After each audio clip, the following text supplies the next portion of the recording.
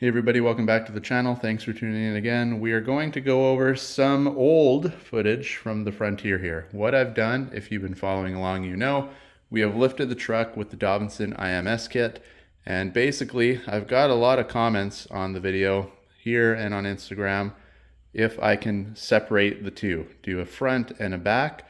So what we're gonna do, now this is gonna be the old footage because obviously I haven't re-lifted the truck, but I'll edit it in a way, depending which video you're watching here, will either be how to lift the front or how to lift the rear of your Frontier. It's going to be the same footage, but people have asked just to split it up. I guess if you're doing one or the other, it helps because that video did end up being about a half an hour long. So it's a little bit to scroll through if you're kind of watching and doing it at the same time. So what I'll do is I'll take the footage and I'll edit it as best as I can, like I said, for a front and a rear video. And it might not turn out perfect because I filmed it in a way to do it in one shot, but people ask if I could just split it up. So I've got some extra time on my hands.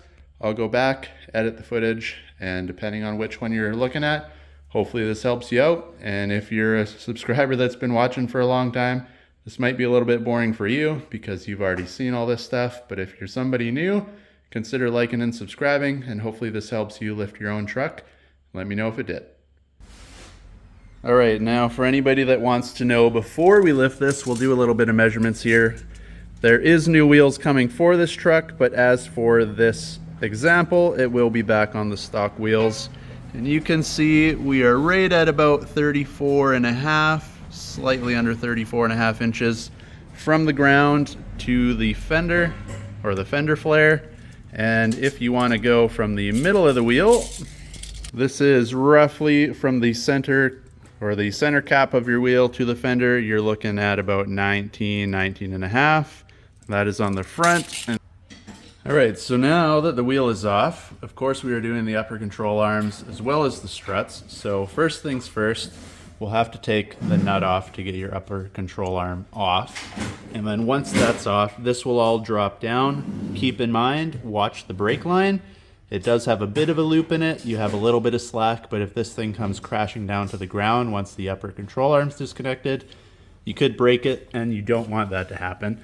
So once that's off, you can see in here, there's just two small bolts on each side, one for each side of the upper control arm, and then that will literally come right off.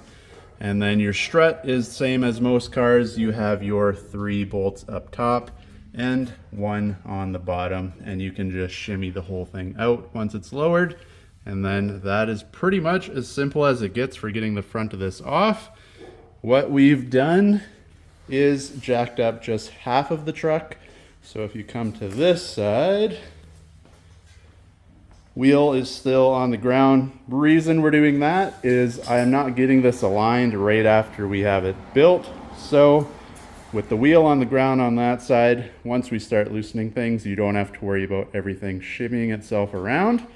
That side should hold it snug or snug-ish while we work on this side, and vice versa once we get to the other side. All right, so what we've done is we've got the jack under the front here, just slightly downwards, so you got a little bit of play, but that's just to catch the weight of this thing once it drops, because up here, first thing you got to do, you have this cotter pin. It'll be in that hole right there. Bend the back straight, give it a pull, yank it out. If you got new ones and you can end up getting this out, just snip the back off and it'll be a little easier to get out. But now what we're gonna do is loosen off this bolt for the upper control arm or nut.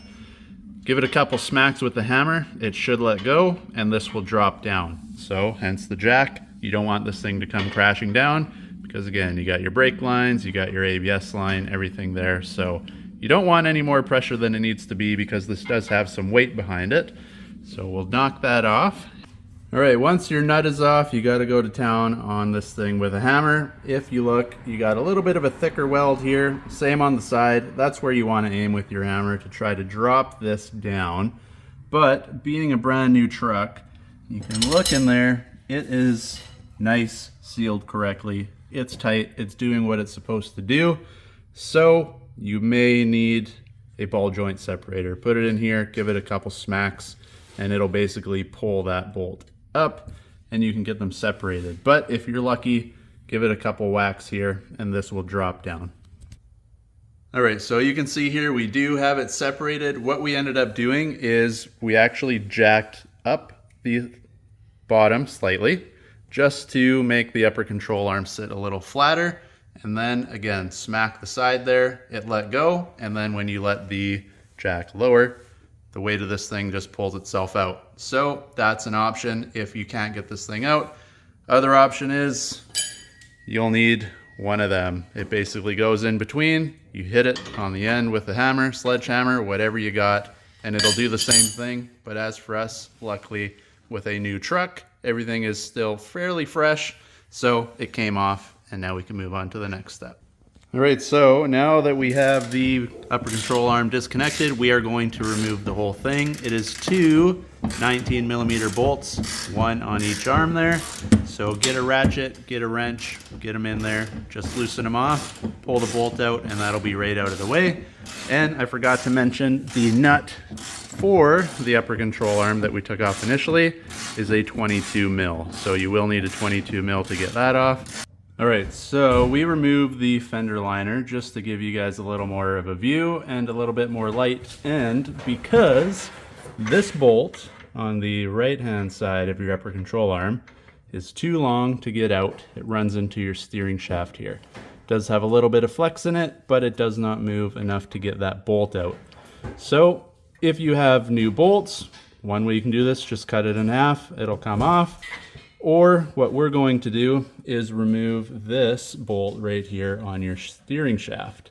So make sure your steering wheel is in place so it doesn't roll around and turn on you. So lock that down, remove this bolt, and this piece should just come right out. We can stand this up, and then that bolt can come out. And for future, what we would recommend is when you put these back in, put the nuts on both of the insides. Then if you ever have to remove this or mess around with it, you don't have to worry about disconnecting your driving or your steering shaft here again. All right, so we took that one bolt out and your steering shaft pops out just like that, and then you can stand it straight up and you can see the bolt is already out. It does give you enough room to get it out. So next, once we're done with that, we can put this thing back together. Again, make sure your steering wheel didn't move around too much. And then when we go to put the new upper control arms back in, the bolts are going to go from either end. Nuts on the inside. You won't have to worry about ever taking that off again. All right, so get your upper control arm out of the way now that both the bolts are done. And if you look in here, Richard's hard at work still, but we got the steering shaft put back together because we're going to put the bolts in the opposite way, like I said. So this is done. Now, a 14mm, you can loosen off the 3 bolts on the top of the shock there. And then we'll have to work on the bottom. But as for the top, just 3 14mm bolts and nuts. They're not tight. You can bust them off by hand very easily. And that is it for the top section. All right, so now that the top 3 nuts are off, if you come to the bottom here, we will actually have to remove the sway bar on this side because the bolt holding the bottom on there, you can see if you come on this angle, you are not going to be able to get that out. Because it is a longer bolt, it goes all the way over to there, and you won't be able to pull it out. You'll run into the same issue we had with the the drive shaft there, your steering shaft. So we'll remove this, just turn it out of the way, and that'll give you more than enough room to pull that bolt out. And then you can just drop the whole thing down, release any pressure that might be on this spring still, and it'll pop right out.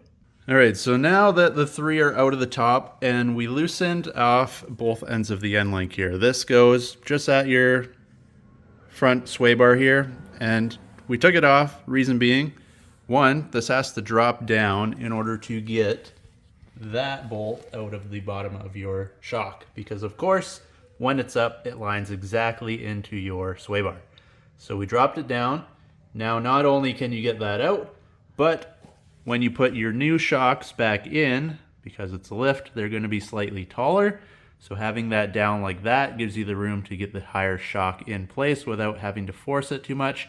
And then when it's all said and done, you can put this back into place. Other option you have, you can disconnect both sides of your sway bar and just turn it downwards. But because we're working on one side at a time, we figured it only takes a couple seconds to get this out. It's not going to mess with anything, so get it out of your way. Drops down easy.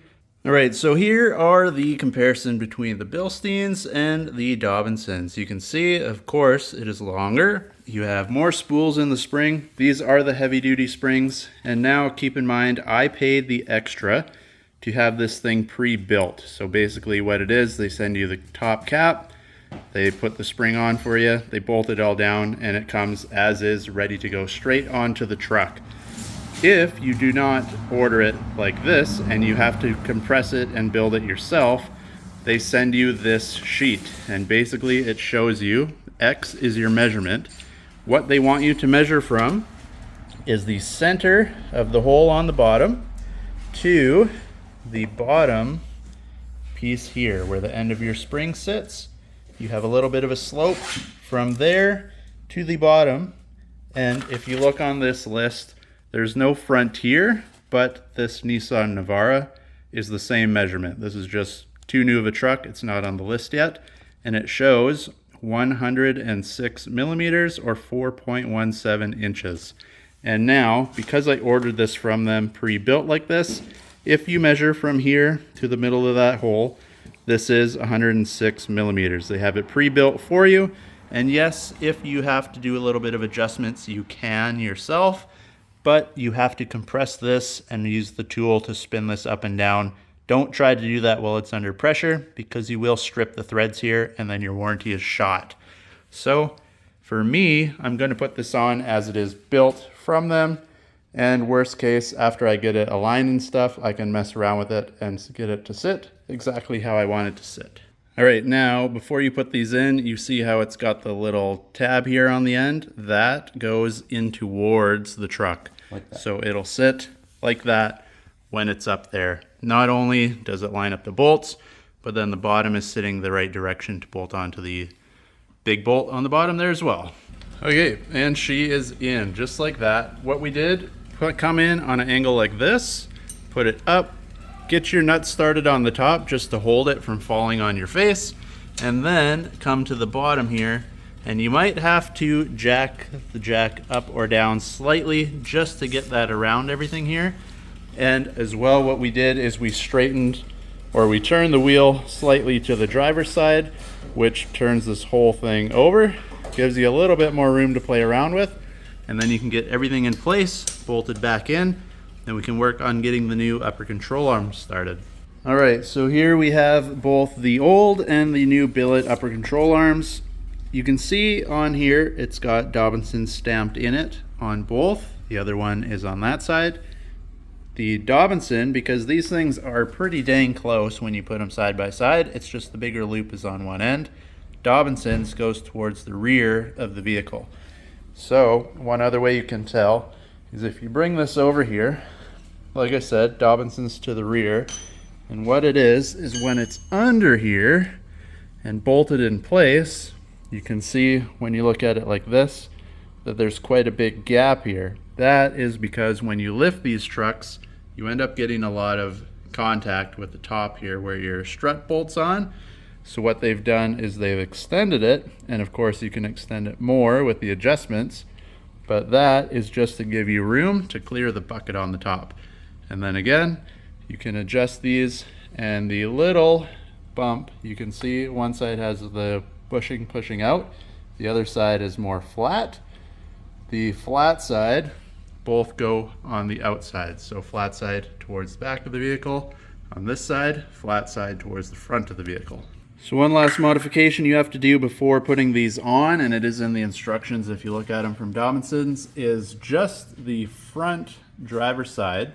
For whatever reason, you have to grind down the metal back here. You can see we made a bit of a line. They say 5 millimeters. You're trying to get the metal just under where the bolt is. Reason being, I believe this is a little bit thicker, and for some reason it doesn't have room to fit on that side, so it needs that extra bit just to make room for this to fit in there and have room to pivot up and down. So 5 millimeters is all you need, but we did attempt to put it in there without doing that step just to see if it would fit, and it did not. So make sure you do grind that down before putting the upper control arm back in place. All right, now one last step. If you're not doing the billet upper control arms, you don't have to worry about this part, but we are, so I'm gonna show you while we're at it. This little nut and washer, or nut and bolt, I mean, and a little tiny washer there comes with the upper control arms. What that is is this is actually a bolt threaded into this bolt. So these can be adjusted separately. What this does is it'll pinch the aluminum here when we tighten it, and it won't allow this inner bolt to loosen off on you. So once you get your measurements set, tighten that up and it'll keep everything together. And then they send these 2 wrenches, and that is to lock these 2 nuts together, which in turn will stop this from being able to loosen off.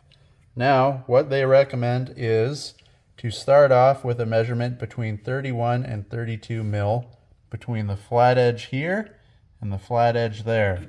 So if you got your little caliper here, you can put it in, and again, you're aiming for between 31 and 32.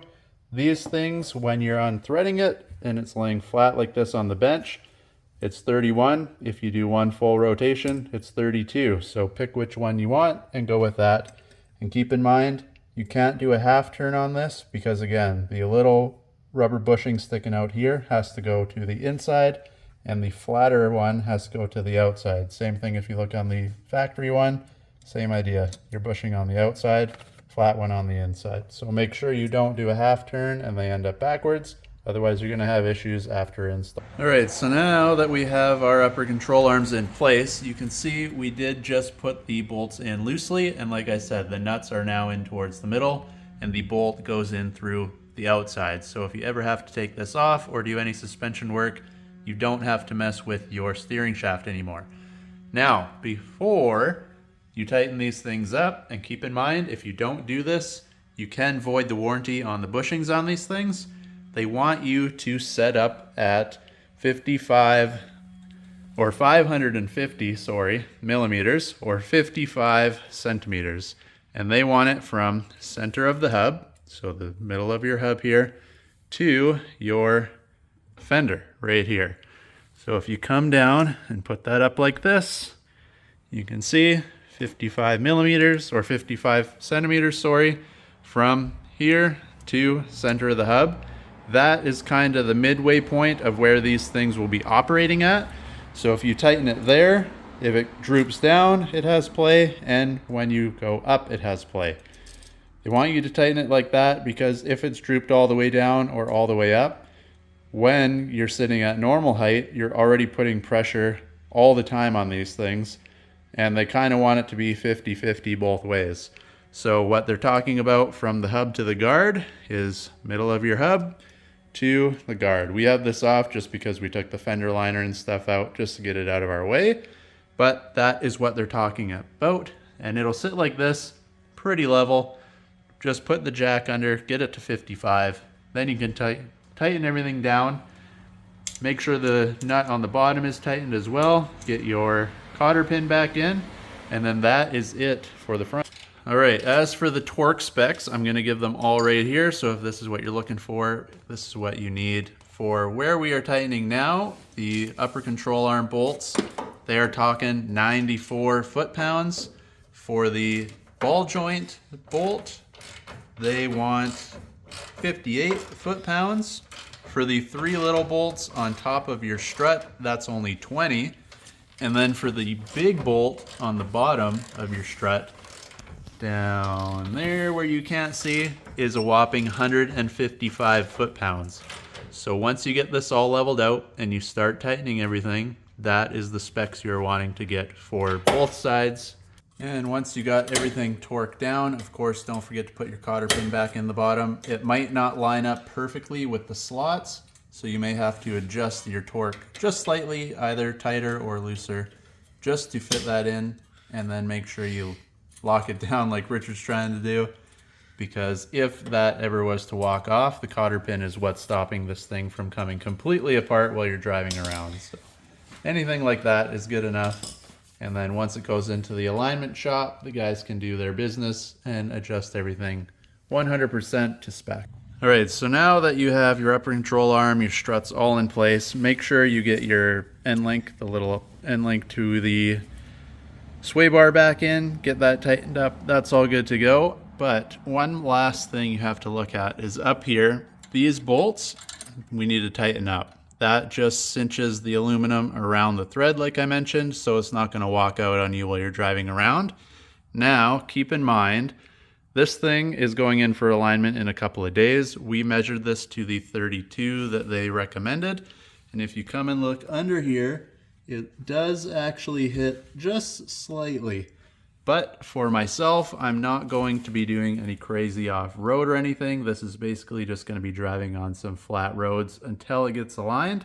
So once they get this and they start aligning it, they're actually going to move the whole thing out a bit. Then they can adjust the bottom, top, left, right, all together. Keeps your wheels straight. And there's new wheels for this truck coming on as well. So once the alignment guys get a hold of this thing with all the fancy tools, they can adjust it and you will be able to miss hitting the top of your bucket here with the upper control arm. All right, starting with the front here, if my memory is correct, the front was at 34.5 and the back was at 35.5. I'll double check that after, but that's what I'm going off of right now. So now if we go from the ground to the fender, we are at about 36.75. So we'll call it 37 just for bragging rights. So again, you may end up with a little bit more because I do have the weight of the bumper on there. So if you don't have that, you might not just gain the 2.5 inches, you might gain all the way up to the 3-inch mark. And keep in mind, the front on this system is adjustable as well. They do come pre-built from Dobinson's, but if you want that extra little bit, you can also adjust it and you'll gain just slightly more or slightly less. So whatever you're looking for, the fronts, you can adjust and get exactly what you're looking at.